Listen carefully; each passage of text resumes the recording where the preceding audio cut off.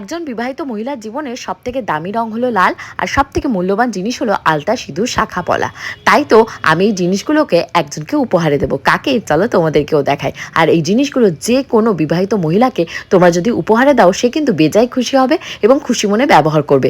তাই তো, যাতে আমার শাখা সিঁদুর অক্ষয় থাকে এবং আমার স্বামীর ভাগ্য সূর্যের মতন জলজল করে, তাই আমি আমার পাড়ার বড় ঠাকুর এবং মা কালীকে কিছু উপহারে দেবো।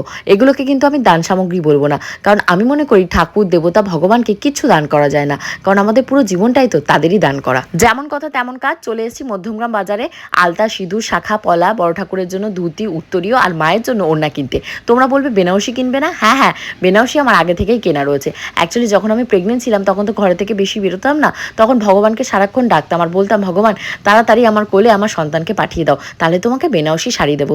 পরে যখন আমি মা হলাম তখন বুঝতে পারলাম মায়ের সাথে কিন্তু কোনো ডিল করা চলে না। মায়ের কাছে প্রত্যেকটা সন্তানই সমান, এবং মা যে কাজটা করে সন্তানের মঙ্গলের জন্যই করে। তো মাদের উপহার দেওয়ার জন্য, মানে পাড়ার সমস্ত দুর্গা মণ্ডপ, কালী ঠাকুরকে উপহারে দেওয়ার জন্য আমি কি করেছিলাম, একবারে 15 পিস বেনারসি কিনেছিলাম। তো সেখান থেকে আমি প্রত্যেক বছর যে যেভাবেই বলে, অনেকের বাড়িতে মনসা ঠাকুর আছে তাদেরকে দিয়েছি, অনেকের বাড়িতে কালী ঠাকুর হয়, অনেকের বাৎসরিক পুজো হয়, প্রত্যেক বছর বছর নতুন কালী ঠাকুর হয়, তাদেরকে দিয়েছি। তার ভেতরেই আগের বছরও আমি আমাদের পাড়ার কালী ঠাকুরকে শাড়ি দিয়েছিলাম, আর এই বছরও দেবো। কিন্তু আগের বছর একটা মিস্টেক করেছিলাম, আমি ধুতি, উত্তরীয়, তারপর চেলি বা ওড়না যেটাকে বলে বিয়ের, সেগুলো কিনেছিলাম না। তো এগুলোকে কিনে নিচ্ছি আর চটপট করে পাঠিয়ে দেবো। আর পরবর্তীতে যখন মা কালীকে পড়ানো হবে, অবশ্যই তোমাদের সাথে ফটো শেয়ার করব। সেগুলো দেখতে চাইলে অবশ্যই আমার পেজে যেখান থেকে দেখছো অবশ্যই কিন্তু ফলো করতে ভুলো না।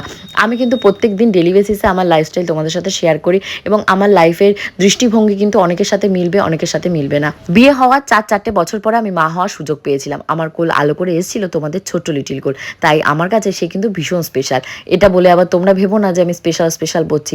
প্রত্যেকটা বাবা মার কাছে তার সন্তান স্পেশাল। তাকে পাওয়ার জন্য আমি জি জান লড়িয়ে দিয়েছিলাম। তাই তো তার আবদার আমি ফেলতে পারি না। সে খাওয়ার মানে বায়না ধরেছে, তো তাকে নিয়ে আমরা এখন রেস্টুরেন্টে এসেছি।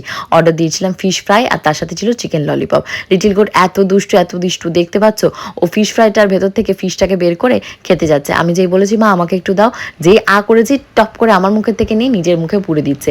তাড়াতাড়ি করে লিটিল গোল্ডের বাবাকে বললাম, কি গো চুপ করে আছো কেন, তাড়াতাড়ি করে মোবাইলটা বের করো। এইসব মেমোরি তো, মানে সত্যি কথা, এইসব মেমোরিগুলো লাখ টাকা, কোটি টাকা খরচ করলেও কিন্তু আর লাইফে ফেরত আসবে না। এই মোমেন্টটা এরকমই স্মৃতি হয়ে থাকবে। তোমাদের ভেতর থেকে অনেকে আমাকে নেগেটিভ কাউন্ট করে বলো যে আমি নাকি সারাদিন গয়নার ভিডিও দেখাই, আর গয়না ছাড়া নাকি আমি কিছু চিনি না। হ্যাঁ, গয়না যেমন একটা সম্পদ, তার পাশাপাশি মেয়েদের কিন্তু আরও একটা সম্পদ থাকে, সেটা হলো স্বামী সম্পদ। স্বামী যদি সাপোর্টিভ হয় তাহলে কিন্তু একটা মেয়ে 0 থেকে হিরো হতে পারে, আর স্বামী যদি সাপোর্ট না করে সেই মেয়েটা জীবনেও কিন্তু সাকসেসফুল হয় না।